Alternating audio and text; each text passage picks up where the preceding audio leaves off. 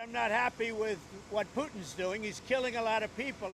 President Donald Trump slamming Russian President Vladimir Putin on Sunday after Moscow launched its largest aerial attack of its 3-year war on Ukraine. I don't know what the hell happened to Putin. I've known him a long time, always gotten along with him, but he's sending rockets into cities and killing people, and I don't like it at all, okay? Trump writing on social media that Putin, quote, has gone absolutely crazy. According to Ukraine's Air Force, Russia's massive, deadly overnight attack included dozens of missiles and nearly 300 attack drones. Although many of those were intercepted, officials say at least 12 people were killed across Ukraine, including children. Dozens more were injured. Trump, who spoke with Putin recently trying to negotiate a ceasefire between Ukraine and Russia, said he was very surprised about the aerial assault. We're in the middle of talking, and he's shooting rockets into Kiev and other cities. I don't like it at all. On social media, Trump also criticized Ukrainian President Volodymyr Zelensky, who said Sunday morning that, quote, America's silence encourages Putin to continue his onslaught. Russia's air assault also came despite the largest prisoner swap of the war taking place. More than 600 Russian and Ukrainian prisoners were exchanged Sunday. I'm Reid Binion reporting.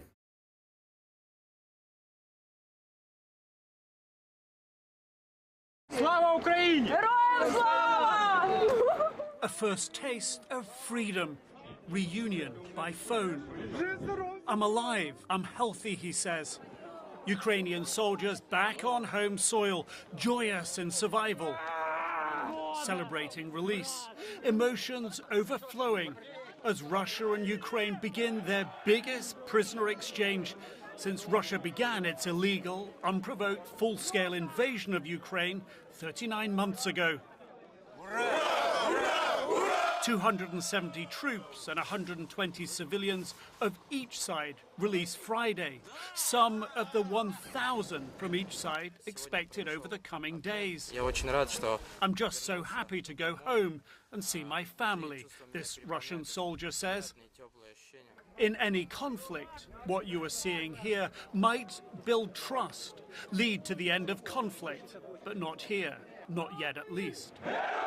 This is the 5th such exchange this year, the 64th since the war started. And while it was agreed during the first face-to-face Ukrainian-Russian talks in Istanbul last week, Ukrainian President Volodymyr Zelensky described it as the only tangible result of the meeting. Ukraine agreed 2 months ago to President Donald Trump's demand for a 30-day unconditional ceasefire. Russia still refuses.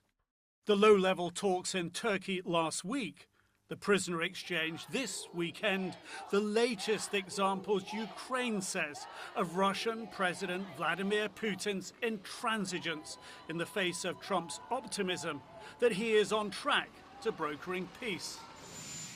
On his Truth Social platform, the US president jumping the gun on the actual exchange, saying this could lead to something big. Since Russia invaded in 2022, it has released more than 5,000 captured Ukrainians, according to Ukrainian officials. But some families are still missing loved ones, turning up Friday, hoping for news. This mother with pictures of her son.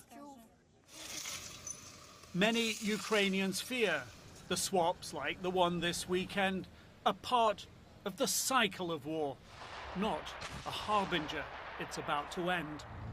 Nick Robertson, CNN, London.